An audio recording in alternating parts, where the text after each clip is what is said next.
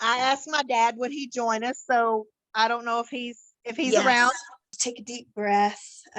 Tell me his first name again. His name is Fred. Fred. Okay. So I just ask that the highest light and vibration surround us. I ask that any and all information be made abundantly clear and come through with your highest intention.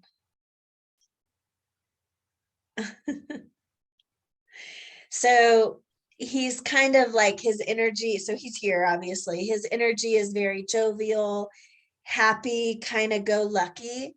And he's just wanting you to know that this was where he's at is way better than he ever thought it would be. It's like he thought that having a human experience and living on Earth was amazing and he wasn't ready to go, but he's saying this is a different experience, and being able to reconnect with your mom and with his family and him feel good and not have all the pressures of what you have to have, when you've got to fix your own dinner or when you have to Right. clean your own house and stuff. So he's just giving me the impression that he's doing really good and he's really happy, and don't you worry about him like that. That's kind of the message that he's coming through. And although he misses you, he knows that this is not a forever, like dying was not an end deal. It was just well, when it's your turn, I'll see you up here and you'll understand it all Right. too, kind of thing. He's saying that honestly, it did shock him that it came so quick. That like he went from saying, I still have things I want to do here, it's not my time, to all of a sudden it was his time. He's saying that kind of shocked him that it happened so fast, but he's saying the transition was effortless. He says he would have way rather had it happen that way than have it be a long, slow, Yep. 2 months to 2 years. I know I'm going to die. I have cancer. I can't move. I'm homebound. He's saying at least it wasn't like that. He wouldn't have wanted it to be like that, but he is saying that it surprised him a little that it happened so fast once he got official maybe information that, hey, this is what's going on. Yeah. Did mom come and meet him? Oh, 100%. She was the first one there. He's saying she made it so easy to go into the light. Like he couldn't say no, right? Like Right. yeah, he's just saying it was so, what a beautiful homecoming. And that's why he was referencing, oh my gosh, it's so much better here. I mean, I miss you, but where I'm at now is just, I'm Right. reunited with her and with the other people that I loved. And he's saying the experience of coming into the light was so beautiful and just so peaceful and loving that he never really thought that it could be that good of a homecoming. Yeah. Yeah. So, and so now he's kind of just saying, okay, on one hand, he's saying he's proud of you and your brother. And on the other hand, he's saying, he just is kind of saying, okay, now y'all are taken care of, right? Like you're getting along and you understand the process and you're working with each other. And I'm proud that y'all are doing that. And I want you to know that I want you to be taken care of. I want you to take care of each other. And so that's kind of the message that he's giving to you right now, is just, y'all come together and you work with each other, and I see you doing that, and that's the way that it should be. And he says y'all do whatever you need to do with our stuff, and he's referring to him and your mom. With our stuff, you do whatever you need to do with it. Don't feel like you have to hold on to anything for that you wouldn't use, or that don't feel obligated. He says all that material stuff, no matter how unattached or attached you are, is just material stuff. Like he's giving you full permission to sell or to do or to rearrange whatever you need to do to make it work. Right. And it has brought my brother and I closer. Yes. Yeah, and he's saying, I like to see that. That's how it should be. That's how he wants it to be. Yeah. Yeah. And your mom's here too, obviously. Your mom is like, well, that's the only way it could be. I mean, there's no other way that it needed to be other than that way, you know. So she's and your dad's kind of like, I know, I just want to make sure, you know. Right. Mhm. It's So like that they time Joey said, well, I told her. oh, Well, I just want to make sure I told her. And and I so know they she knows. I want to make sure she knows. And because I remember you came on and you go, before we even get started, your husband has been chiming in on me all morning. and Joey was there. Joey was definitely there too when it was his time. He wants you to know that everybody was there. He just keeps saying it was a beautiful homecoming. It was like the best birthday party you could ask for. Oh, yeah. Well, I am grateful. Believe me, it is so comforting. You know, of course, it's horrible when you lose somebody. Yes, Of course, yeah, of course. But 82 years. I mean, you know, and Mom's 76, and you know, they both had a really good life. And yeah, but Mom, you know, Mom had to suffer through the end of hers. yeah, And I knew Dad didn't want to do that. And I know Dad was lonely there without her. yeah. He was still invested in living, but he's saying it was just different. It was alone. It wasn't the same without your mom. He managed, he adjusted, you know, but now they're together, you know, and he's just saying it's such a lighter energy where he's at compared to the things that we have to deal with Yeah. being human. You know, and everything that the world is going through. You know, he wants you to know that spiritually at a soul level, he really didn't want to be a part of the craziness that's going on in the world. He didn't, even though he was kind of set apart from it or not as affected by it as much as somebody who was in the workforce that, let's say, had to quit their job because they wouldn't get vaccinated. But he's just saying the energy of the world right now is so volatile, and it's just so much heavy energy that he's in a really good place that he likes right now and doesn't have to kind of deal with the things you would watch on the news. You know? Right. So he did, you know, his mom and dad. Everybody was there to greet him. Sisters and all that. And everybody. And that's why he's saying it was such a beautiful homecoming. It was like the best birthday anybody could ask for, you know, like everybody that couldn't be here physically, if he was here and had a birthday party, was there. And so, you know, and y'all were around him in his time of passing, but he got to be with them too. And so it was just like, he's kind of saying, I got the best of both worlds, even though your world was a departure.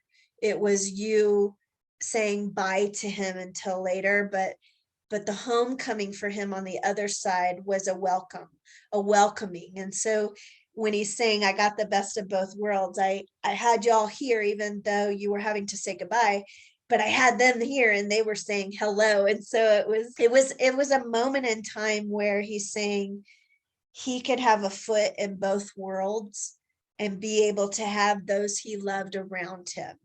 Whether both of his brothers and both of his sisters are on greeted him. They were there. And that's what he's saying. He's like, it was like I was in a room and everybody that I loved was there, but some were just in real life crying because they knew they weren't going to physically see him.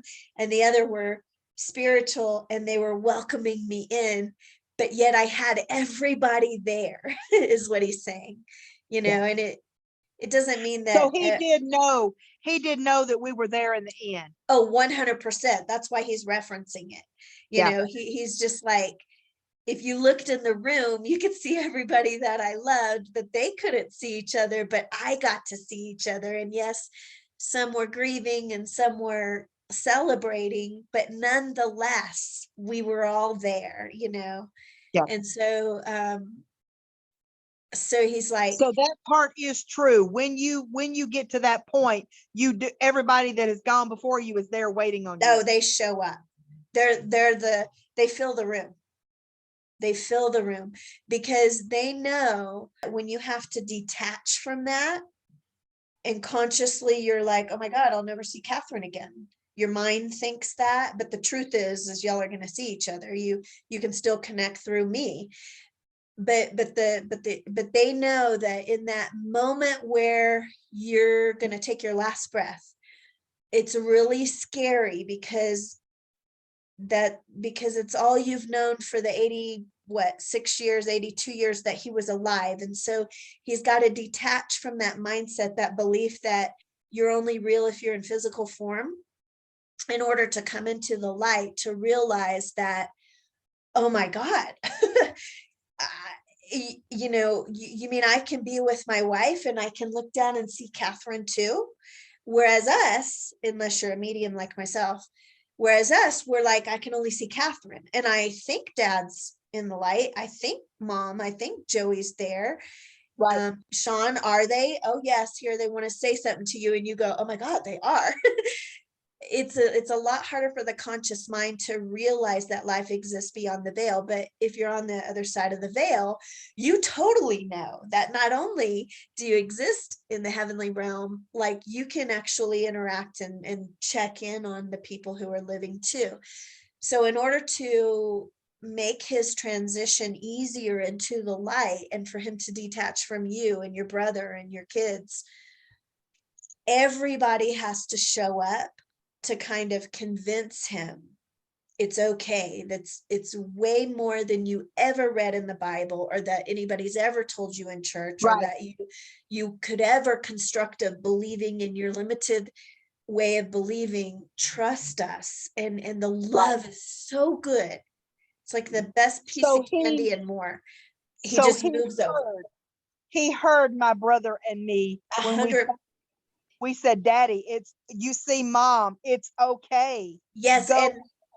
And that's so helpful for him in that moment, because he wants nothing more than to grab onto you because it's what he's known. But when his family on the other side is standing there and he's like, oh my God. And not only that, but the love he feels, not just from his family and who showed up to get him, but from God and from the angelic realm, is so perfect. It will trump almost every time of them saying, I want to stay alive. And usually it's the physical people like you and your brother saying, no, don't go. We don't want to let you go. We're going to miss you. And it's happening more where, like, you and your brother will say, if you see the light, if you see Mom, go, right? Usually people say that if they've been told by somebody like me that says, let them go, don't hold them back, Right. then they'll say it. But but by you and your brother saying that, it allowed him to detach from you and what he's always known, to trust the light, go into the light, so he could actually have access to you. Because if you would have not said that, right, and if he would have held on physically and denied the light, it could have easily been where his body would have shut down and he would have been in limbo and not wanted to go into the light, and but couldn't be alive because his body shut down. So then they seem not at rest. And then you have to have somebody like me, which I have done this before, come in and move them into the light, because they felt like they didn't finish their business on earth, or they were held back because of family that was trying to not let him go. So the fact that you and your brother said that to him, he's saying it really helped him. It allowed him to just move into the light, which is where he wanted to go, where he needed to go. Yeah.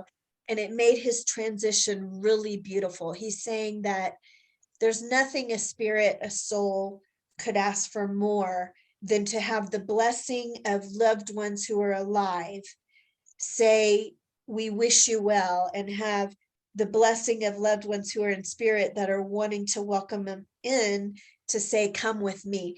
He's saying there's nothing more than at the time of death to be gifted with both of those. A departure that says, I love you, go into the light, and a welcoming that says, we're so glad you're home, come with us. Like he's showing me that that's the best. It's like the cherry on the top. Like he couldn't have asked, and that's why he says he couldn't have asked for a better homecoming, because when he says that, it includes the departure from the physical world too, and the homecoming into coming home into the spiritual world, which is where we all come from. So the whole experience as a whole was complete for him, he's saying. Yeah. So was somebody a teacher? Well, my mother was a teacher. Oh, your mother was a teacher. Okay. Because she just said, oh honey, you get an A. She graded you. She's like, Mom. Yeah, that's funny, because I didn't know she was a teacher. If I did, I forgot, which I do forget a lot of things when I'm channeling. But yeah, she was saying, as a teacher, I'm grading you and you get an A. Good job, honey. Like, she would always, like when I would be at home and I would, she'd give me a job to do. She'd go, well, that's kind of a B plus. You just got an A. If I really half-ass did it, well, I'm gonna have to give you like a D on that. You want to go and fix that a little more? Oh, that's great. Yeah, she just gave you an A. Yeah, So that's I'll have to tell my brother that, because you'll have to tell him, because she was very clear. Yep, that she would always, say, oh, well, that's like a C. You really could have done better with that. You just kind of, she'd ask me to dust the furniture, right? And I just kind of half-assed do it, and she'd go, really? Kind of a C. Well, and this is the beauty of pulling in mediumship while you're in, spiritual counseling, because this shit is not Googleable. I couldn't Google, how your mother would reference something or her personality, right? And so when you can hear from them and they will say certain things that sound like them, or that they would normally say that are not common. Okay, and I'm, I am gullible to a certain extent. Yes, I am naive to a certain extent. What makes you a believer, not just you, but other people, a believer or a non-believer, you can take something like astrology or mediumship and see that there are consistencies and generalizations across the whole, that readings say general things, but then when you jump in and you have a specific session, what happens is you get little insights of your mother going, oh, she must be a teacher. Did she grade you? She just gave you an A.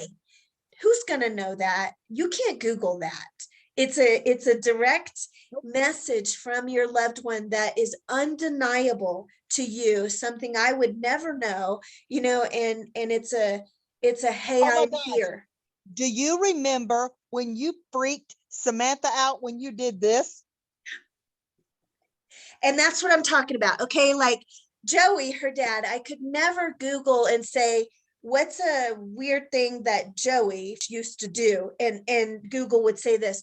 Google's not going to tell you that. And so that's why when people say, oh, you looked me up on Facebook, for one, I don't have time, nor do I desire, because what really makes a difference, what really provides the healing in a session, is when he comes through and he makes me go like this. Right there, he's talking to you. Without a shadow of a doubt, he's present, he's around, he's communicating to you, and he's saying, hey, you can do whatever shit you want to do while you're still living, but I'm still watching you. And that was, and he would not have to say a word, like when Samantha would get in her little moods or whatever, he'd just go. And that is a communication that you and him and her and him and Tyler had that I would never know. And that he's not going to let you get away with it, whether he's dead or alive. He's going to come through. You're in a totally different state. We're on Zoom and boom, he's coming through to let you know, hey, he's still parenting from the other side, right? And I love that. And I love the fact that like that sense of humor. And you say, okay, I don't know what he's trying to, but he's just laughing. He's just, something is funny. And, it'll be some situation and you go, did he find such and such funny? And I'm like, oh my God, did he pull practical jokes? Oh yeah. And go, that's, well, that's yeah, that's the beauty and the essence that a mediumship session can capture that a counseling session can't, a conversation can't, sometimes when you're having with your friends. But that's the healing that can come in and not necessarily make it all better, but just to let your heart know that they're still around and that if you're open to it, you can still have a relationship with them and sometimes even a better one. It doesn't have to stop just because they died, right? Yeah. Well, look, that's just amazing. I knew that he was lonely without mom, and it gives me such comfort, even though I've had to give him up. Yes. I know that I will see him again. I know he'll be waiting on me. Yes. And that he's with my mom again. That I tell everybody, I'm so grateful for that. Well, yeah, and now they can just parent you together from the other side, just like Joey can work with you in parenting Sam and Tyler from the other side. When things are happening around here, I'm looking up and I'm going, really? Yeah. Yeah, like, you got to leave and I still have to deal with this. Thanks a lot. Right. And he's just like up there going, I'm still dealing with it.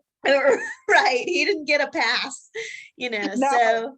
So I really appreciate you just being open and letting me read for you and letting them chime in, when you're working on things. Well, Sean, the thing about it, like I said, you can't make this stuff up. There's no way you could have known that little gesture would mean so much to us. There's no way you could have known that. Yeah. I mean, and like you said, like you've got time to go look around on Facebook, look around in the newspapers and all that. You ain't got that kind of time. Well, and you would know because say I would reference stuff, but you can't look up this. You can't look up, did your mom, was she a teacher? Did she give you an A?